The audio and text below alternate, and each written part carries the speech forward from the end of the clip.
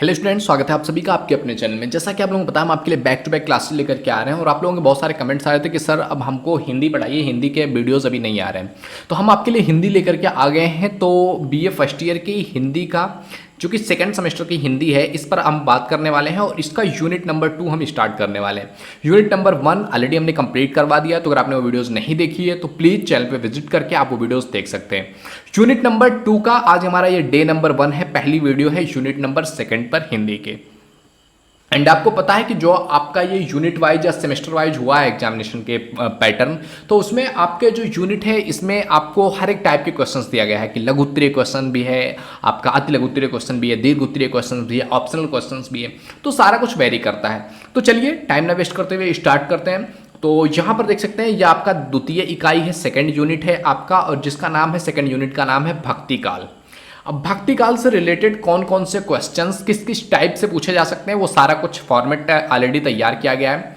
जैसे कि आप देख सकते हैं अति लघु उत्तरीय क्वेश्चंस। अति लघु उत्तरीय क्वेश्चंस में आपसे कौन कौन से क्वेश्चन पूछ सकता है, इंपॉर्टेंट क्वेश्चंस कौन से हैं, तो देख सकते हैं इसमें पहला क्वेश्चन है आपका कि भक्ति काल का जो काल विभाजन है और उसका वर्गीकरण करो, कि भक्ति काल का टाइम पीरियड क्या रहा है, काल विभाजन क्या रहा है, उसको आपको वर्गीकरण करना है। तो देखिए, अगर हम भक्ति काल की बात करें तो इस भक्ति काल के आरंभ और अंतिम सीमा को लेकर के जो है ज़्यादा विवाद नहीं है। यानी कि और भी अगर काल की बात करोगे तो उसको टाइम पीरियड को लेकर के काफ़ी विवाद है, लेकिन भक्ति काल की आरंभ और अंतिम सीमा को लेकर के ज़्यादा विवाद नहीं है। सभी जो विद्वान हैं इन्होंने विक्रमी संवत 1400 से 1700 ईस्वी तक की जो कला अवधि है उसको पूर्व मध्यकाल और भक्ति काल के रूप में स्वीकार किया हुआ है, जो सर्वथा उचित कहा जा सकता है। यानी कि 1400 विक्रम संवत से लेकर के 1700 विक्रम संवत को कहा गया है क्या, भक्ति युग। नामकरण के बारे में बात किया जाए तो जॉर्ज गियर्सन है, इन्होंने 15वीं शताब्दी का धार्मिक पुनर्जागरण, जैसी की प्रेम कविता, कृष्ण समुदाय, मुगल दरबार, तुलसीदास, इन सभी चीज़ों के आधार पर रखा हुआ है। मिस्र बंधुओं ने इसको जो है माध्यमिक काल कहा हुआ है। आचार्य रामचंद्र शुक्ल ने इसको पूर्व मध्यकाल या फिर भक्ति काल के नाम से कहा हुआ है। आचार्य हजारी प्रसाद द्विवेदी ने इसको पूर्व मध्यकाल कहा हुआ है। डॉक्टर रामकुमार वर्मा ने इसको भक्ति काल कहा हुआ है। डॉक्टर नागेंद्र ने भी इसको क्या कहा हुआ है, भक्ति काल कहा हुआ है। इस तरीके से तमाम सारे विद्वानों ने इस पर अपने अपने अकॉर्डिंग उस चीज़ को बताया हुआ है। भक्ति काल नाम के मूल में जहाँ जो है तदयुगीन साहित्य की प्रमुख प्रवृत्ति भक्ति की प्रधानता है, तो वहीं पूर्व मध्यकाल नामकरण ऐतिहासिक आधार का घोतक है। स्पष्टता ये कहा जा सकता है कि विक्रमी संवत 1400 से 1700 की जो काल अवधि है उसको भक्ति काल के नाम से जाना जा सकता है। ये कहना ज़्यादा उपयुक्त होगा कि जो 1400 से 1700 का टाइम पीरियड है उसको, क्योंकि मैक्सिमम लोगों ने क्या कहा हुआ है कि ये क्या है, भक्ति काल है।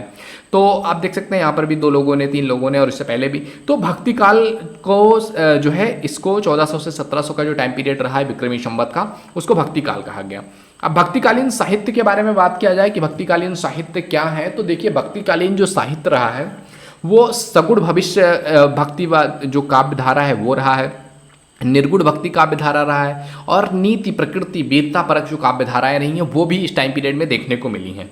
अब सगुण जो भक्ति काव्य है उसमें राम भक्ति की धारा देखने को मिली है और कृष्ण भक्ति की धारा देखने को मिली है। अब कृष्ण भक्ति में भी 2 टाइप्स के आ जाते हैं, एक हो जाता है ज्ञान मार्गी धारा, यानी कि ज्ञान के माध्यम से कृष्ण को पाना, और दूसरा हो जाता है प्रेम मार्गी धारा, या फिर इसको आप कह सकते हो सूफी काव्य। तो इस तरीके से इतने टाइप्स की वेराइटीज आपको भक्ति काल में जो काव्य धारा थी उसके अंतर्गत ये चीज़ें देखने को मिलती थी।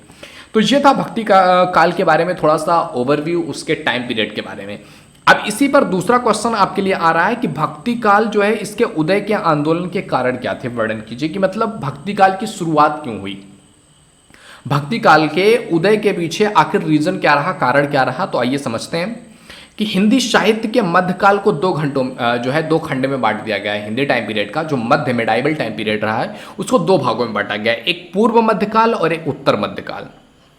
और जो ये पूर्व मध्यकाल का टाइम पीरियड है इसी को भक्ति काल के रूप में जाना जाता है, और उत्तर जो मध्यकाल है इसको रीति काल के नाम से जाना जाता है।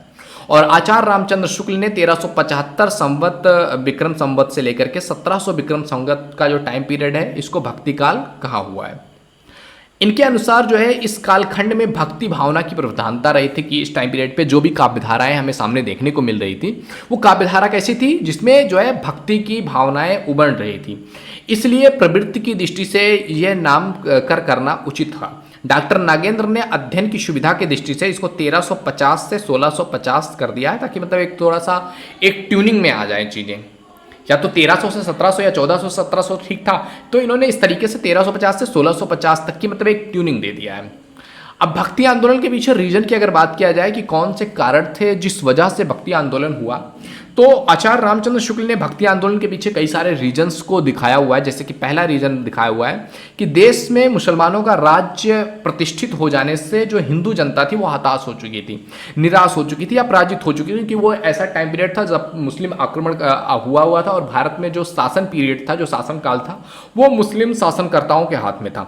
तो पराजित मनोवृत्ति में ईश्वर की भक्ति की ओर उन्मुख होना स्वाभाविक है कि जब आपके साथ कुछ गलत होता है, आपके साथ लाइफ अच्छी नहीं चल रही होती है, तब ईश्वर की याद बहुत ज़्यादा आती है। ऐसा ऑब्वियसली होता है सभी लोगों के साथ। अगर आपकी लाइफ में सब कुछ अच्छा चल रहा है तो शायद आप ईश्वर को याद नहीं करेंगे, लेकिन अगर कुछ बुरा चल रहा है तो आप डेफिनेटली उसको याद करेंगे कि वो चीज़ ठीक हो जाए। तो ये एक रीजन रहा। दूसरा रीजन रहा कि हिंदू जनता ने जो है भक्ति भावना के माध्यम से अपनी आध्यात्मिक श्रेष्ठता दिखा करके पराजित मनोवृत्ति का समन किया। तीसरा चीज है कि तत्कालीन धार्मिक परिस्थितियों ने भी भक्ति के प्रसार में योगदान दिया। नाथ सिद्ध योगी अपनी जो रहस्यदर्शी शुष्क वाणी है उसमें जनता को उपदेश दे रहे थे। भक्ति प्रेम आदि हृदय के प्रकृति भाव से जो है उनका कोई सामंजस्य ना था। भक्ति भावना से ओतप्रोत साहित्य ने इस अभाव की पूर्ति कर दिया, जिस वजह से लोगों ने इसको बढ़ाया। अगला चीज था कि भक्ति की जो मूल स्रोत था वो दक्षिण भारत में था। 7वीं शताब्दी में जो आलवर भक्त थे उन्होंने ही भक्ति भावना का प्रारंभ किया और उत्तर भारत में इसको फैलने के लिए अनुकूल परिस्थितियां मिली, जिस वजह से उत्तर भारत में जो भक्ति आंदोलन था वो काफ़ी फला फूला। नेक्स्ट रीजन इसके पीछे था कि आचार्य हजारी प्रसाद द्विवेदी ने शुक्ल जी के मत से असहमति व्यक्ति हुए कहा है कि भक्ति भावना पराजित मनोवृत्ति की उपज नहीं है। जैसे कि शुक्ला जी ने कहा था कि पराजित मनोवृत्ति आ चुकी थी, तो उसने इसको ड्राइव किया भक्ति भावना को, जबकि आचार्य हजारी प्रसाद द्विवेदी कहते हैं कि भक्ति भावना जो है वो पराजित मनोवृत्ति की उपज नहीं है और ना ही यह इस्लाम के बलात् प्रचार के परिणाम स्वरूप उत्पन्न हुआ है। बल्कि उनका तर्क यह भी है कि हिंदू सदा से जो है आशावादी जाति रहा है तथा किसी भी जो है भक्त कवि ने काव्य में निराशा का पुट नहीं है। और इसी पर अपना विचार रखते हुए डॉक्टर सत्येंद्र कहते हैं कि भक्ति जो है ये द्राविड़ी उपजी लाए रामानंद, मतलब भक्ति में जो ये उपज थी वो रामानंद लेकर के आए। सर जॉर्ज गियर्सन भक्ति आंदोलन का उदय जो है वो ईसाई धर्म के प्रभाव से मानते हैं। उनका यह तर्क हास्पद है कि रामानुजाचार्य को भावावेश और जो है प्रमोल्लास के धर्म का संदेश ईसाइयों से मिला। नेक्स्ट है कि भारतीय धर्म साधना में भक्ति की एक सुस्पष्ट और सुदृढ़ परंपरा रही है, जिसने भी उस चीज को काफी योगदान दिया है। महाभारत के भीष्म पर्व में जो है सांडिल्य भक्ति सूत्र में भक्ति का सैद्धांतिक विवेचन पहले ही हो चुका है और दक्षिण में जो आलवार भक्त थे उन्होंने भक्ति भावना की उत्तम स्थिति को प्राप्त कर लिया था। तो ये सारी चीजें कहीं ना कहीं रीजन बनती हैं भक्ति आंदोलन के शुरुआत होने की। अब बात करते हैं नेक्स्ट क्वेश्चन की। इसमें कह रहा है भक्ति काल के साहित्य के नामकरण की विशेषताएं बताइए कि भक्ति काल का साहित्य क्या रहा है। तो देखो भक्ति काल को आपको पता है कि जो मध्यकाल था उसको दो पार्ट्स में बांट करके भक्ति काल को पूर्व भक्ति काल और मतलब पूर्व मध्यकाल और अंतिम मध्यकाल या फिर जो है बाद के मध्यकाल में बांटा गया। तो पूर्व मध्यकाल को ही भक्ति काल के नाम से जाना जाता है। तो हिंदी साहित्य के इतिहास में जो पूर्व मध्यकाल है यह भारत के 800 से 1200 जो है ईस्वी तक माना जाता है। यानी कि भक्ति काल का जो टाइम पीरियड रहा है वो 800 ईस्वी से 1200 ईस्वी का टाइम पीरियड रहा। हिंदी साहित्य जगत में आदिकाल के बाद आए इस युग को पूर्व काल भी कहा जाता है। इस काल में उत्तर भारत, बंगाल का पाल वंश तथा उनकी संस्कृति है। भक्ति काल में सगुण निर्गुण शाखा के अंतर्गत तमाम सारे कवि आए, जिसमें सूरदास का नाम आया, नंददास, कबीरदास, तुलसीदास, मीराबाई, हितवंश, हरिदास, रसखान, नरोत्तम दास, कुंभन दास, चतुर्भुज दास, छीत स्वामी, गोविंद स्वामी, श्री भट्ट, व्यास जी, रसखान, इनका नाम डबल आ गया है, ध्रुवदास, चैतन्य महाप्रभु, रहीम दास। तो ये सारे लोग थे जो इस टाइम पीरियड पे भक्ति काल के लिए काफ़ी महत्वपूर्ण योगदान इनका रहा है भक्ति काल में। अगर नामकरण के बारे में बात किया जाए तो हिंदी साहित्य के इतिहास में उत्तर मध्यकाल की समय सीमा को जो है 1643 ईस्वी से 1843 ईस्वी तक स्वीकार किया गया है, जो उत्तर मध्यकाल का टाइम था। और ये काल आचार्य रामचंद्र शुक्ल ने किया हुआ है इस तरीके से विभाजन। विशेषता के बारे में बात किया जाए तो आचार्य रामचंद्र शुक्ल ने भक्ति काल तथा हजारी प्रसाद द्विवेदी ने इसको लोक जागरण काल कहा हुआ है। मायावाद के प्रभाव से लोक विमुखता और निष्क्रियता के भाव समाज में पनपने लगे थे और ऐसे समय में भक्ति आंदोलन के रूप में ऐसा जो है भारत व्यापी विशाल सांस्कृतिक आंदोलन उठा, जिससे समाज में क्या हुआ, उत्कृष्ट जो विधायक सामाजिक और जो व्यक्तिक मूल्यों की प्रतिष्ठा थी वो स्थापित हो सकी। आज की दृष्टि में इस संपूर्ण भक्ति काव्य का महत्व उनके धार्मिकता से ज़्यादा लोक जीवन को प्रभावित करने के लिए उनकी अनुभूतियों और भावों को प्रकट करता है। अतः इसलिए हम इसको हिंदी जगत का इसको स्वर्ण काल भी कहा जाता है कि हिंदी टाइम पीरियड का ये क्या था, स्वर्ण काल था, टाइम पीरियड। अगला क्वेश्चन इसमें आता है आपका कि भक्ति काल के नीति, प्रकृति, वीरता और परक काव्यधारा की विवेचना करती है। यानी कि भक्ति का मतलब ही क्या होता है कि हम समर्पण कर रहे हो, पूर्ण समर्पण ही भक्ति का मतलब होता है। यानी कि हमारी आत्मा परमात्मा की डोर से क्या है, बधी हुई है। यानी कि ईश्वर के प्रति जो है वो निष्ठापूर्ण समर्पित होना ही एक सच्चा साधक ही जो इस तरीके से सत्ता है कि वो ईश्वर के प्रति पूरी निष्ठा के साथ समर्पित हो पाता है, तो वही भक्त है। और भक्ति में बहुत बड़ी शक्ति है स्वयं के अंत को ईश्वर के साथ जोड़ देना और इस तरीके से जुड़ने की प्रवृत्ति कि अब आप ही हो।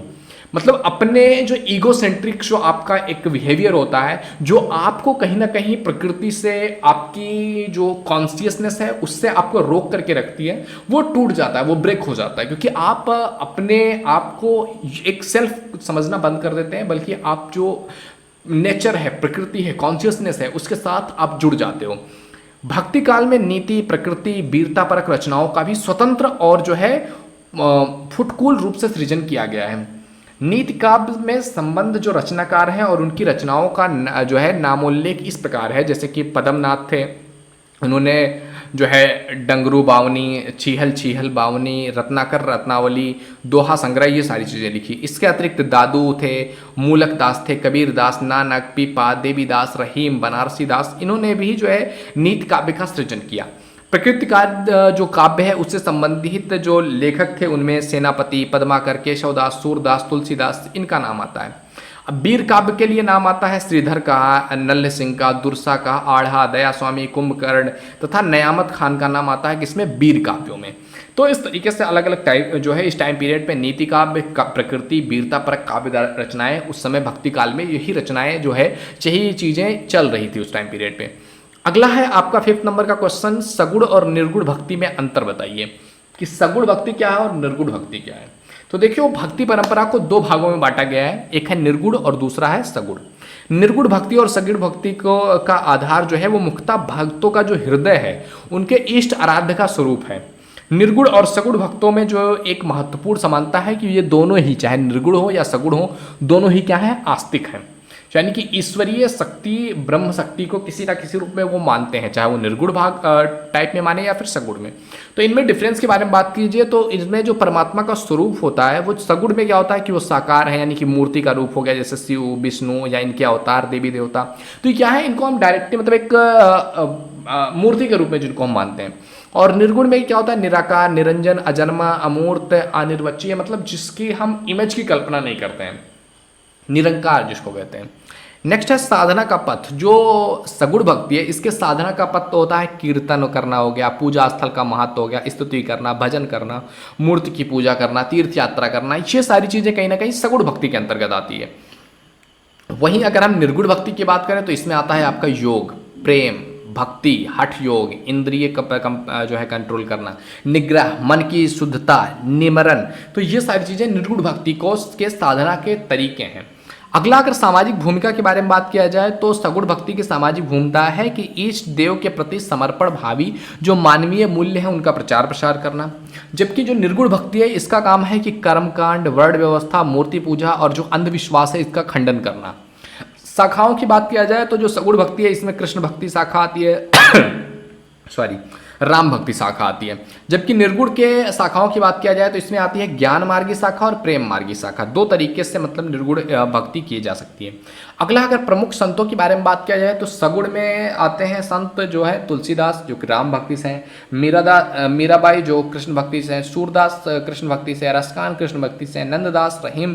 तो ये कहीं ना कहीं जो सगुण रूप में देखने को मिले हैं उनके प्रचारक प्रसारक हैं, प्रमुख संत हैं। अगर निर्गुण भक्तों में बात किया जाए तो इसमें नाम आता है नामदेव का, कबीर का, रैदास का, गुरु नानक का, दादू दयाल का, पलसू दास का। तो इनका नाम आता है किसमें? निर्गुण भक्ति में। तो ये सगुण और निर्गुण में बेसिकली डिफरेंस है, अंतर है। तो आई होप आपको अच्छे तरीके से समझ में आ गया होगा। तो यहाँ तक था आपका अति लघुत्तरीय क्वेश्चंस। अब यहाँ से स्टार्ट हो रहा है आपका लघुत्तरीय क्वेश्चंस, जो कि हम पढ़ने वाले हैं अगले वीडियो में, क्योंकि वीडियो ऑलरेडी काफ़ी लंबी हो चुकी है।